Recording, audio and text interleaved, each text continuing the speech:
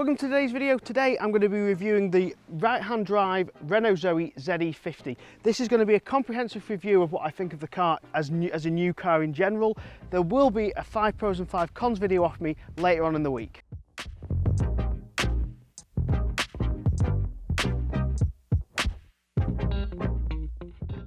This is a Zoe GT Line ZE50. So this spec that I'll be reviewing today is the GT Line. It's a 135 brake horsepower car. It has a 52 kilowatt hour battery, even though it says a 50, and it's got a winter pack on it as well. The Renault Zoe battery pack is located here like all the other Zoes. It's a 55 kilowatt hour pack in total, but the usable capacity is 52 kilowatt hours.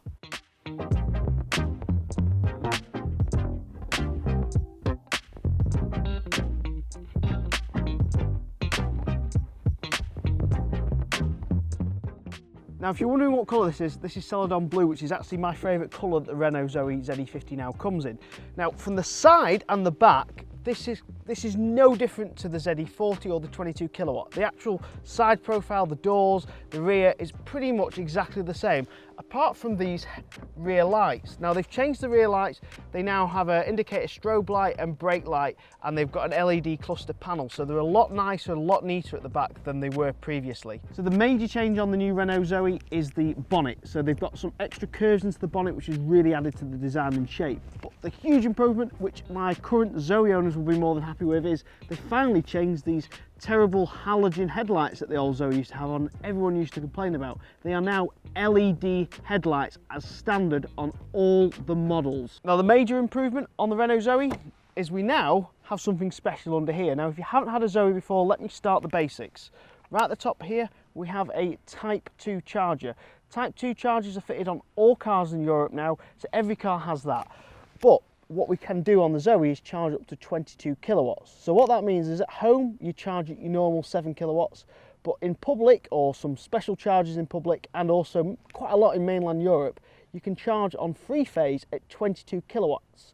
22 kilowatt charging means that you can charge this car in roughly 3 hours or less from flat. So it's very, very quick. But what we also now have on the Zoe is CCS. Now, it is optional on the GT line and all the other models, and you can't have it on the Play model, but it's an extra that I honestly think that I'd pay for, and it's the only option that I'd go for on this car.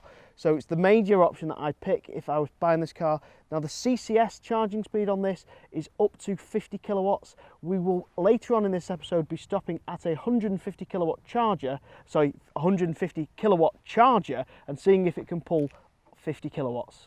This version here is the 135 brake horsepower, as I mentioned, and it's got the winter pack on. Now, the winter pack comes with heated front seats, heated front steering wheel, but because it's the GT line, it's also 135 brake horsepower. So that means that Renault have really improved on what was previously a 110. Now, it's the same arm motor that was in all the other Zoes, but the 135 obviously now has 135 brake horsepower, which means that not only is it faster throttle response, a little bit quicker, but Renault have made some serious improvements to the way the car handles. Now, the suspension feels a lot tighter. I'm able to really chuck this round country bends, and it glues to the road. Now, Oliver, who I've got with me filming today, made a little sound like this as I went over a corner at full speed. So it definitely holds better than the old Zoe, because he didn't think it would survive. Did you, Ollie? No.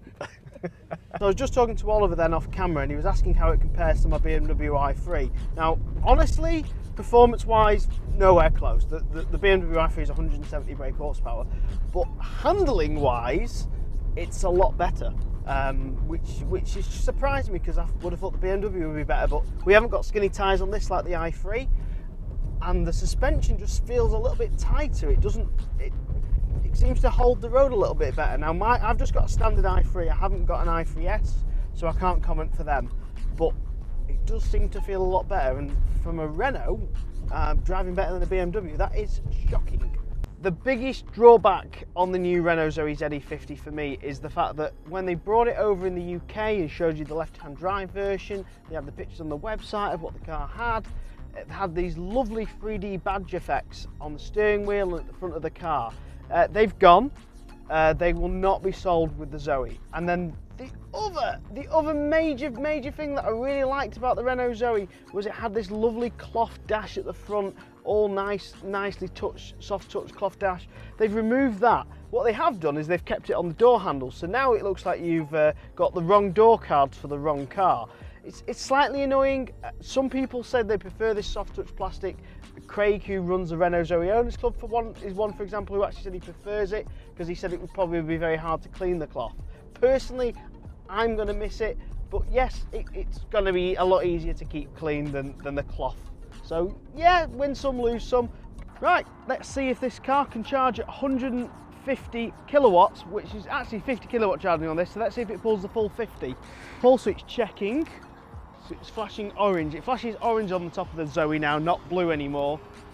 And I can hear the charger kicking in. So we've done the maths and we've worked out that we are pulling about 45 kilowatts.